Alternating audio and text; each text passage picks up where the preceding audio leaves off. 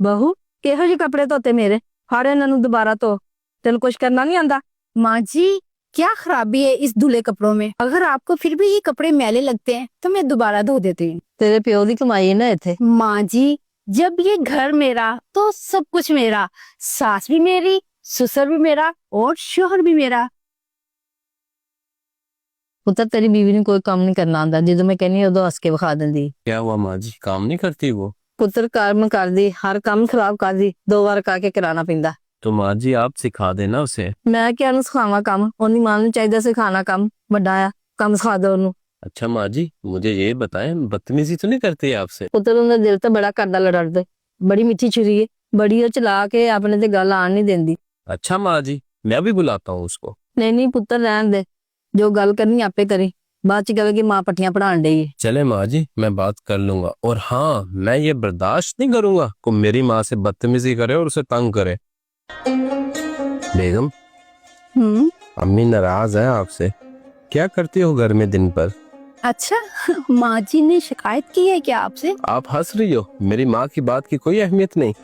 आप क्यों नाराज हो रहे हैं?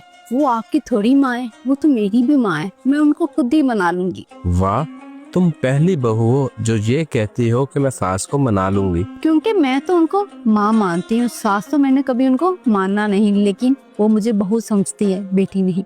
फिर तो मुझे लगता है मामला हल हो जाएगा। आपको तो मुझसे कोई शिकायत नहीं है ना? मुझे शुक्र है अल्लाह तेरा कि मेरा शोहर मुझसे राजी है। शुक्र है अल्लाह, आज सारे काम बहुत जल्दी हो गए। आज पे तबीयत ठीक नहीं है, ऐसा करती हूँ आराम कर लेती हूँ।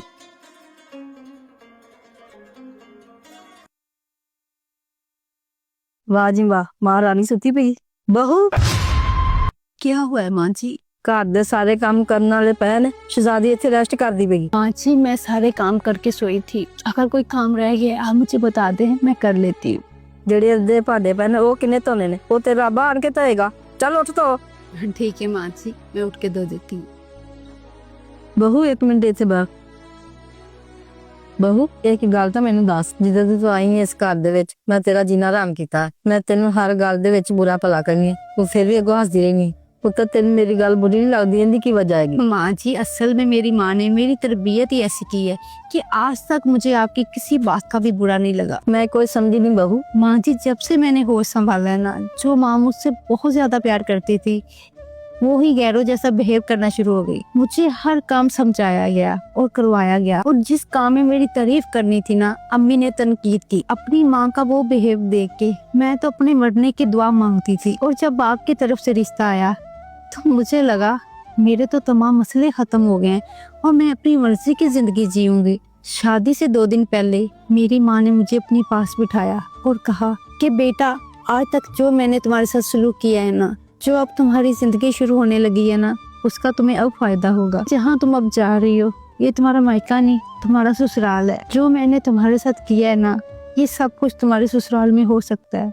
और मेरी माँ ने कहा कि जब तुम्हारी सास ऐसा सलूक करेगी ना, तो तुम्हें लगेगा कि वो मेरी सास नहीं, मेरी माँ जैसी ही है। अपनी सास की हर डांट को, हर गुस्से को यही समझना कि ये तुम्हारी माँ कह रही है। जब तुम ये सोचोगी तो तुम्हें अपनी सास की डांट बुरी नहीं लगेगी। आप कुछ भी कह लेना तो मुझे ऐसा लगता है जैसे मेरी माँ ही है, तो इसलिए मुझे आपकी कोई भी बात बुरी नहीं लगती, क्योंकि मुझे आप अपनी माँ नजर आती है। तो ये बड़ी सुन के खुशी हुई। काश अपनी धीआं नूं सारियां मावां इंज समझा।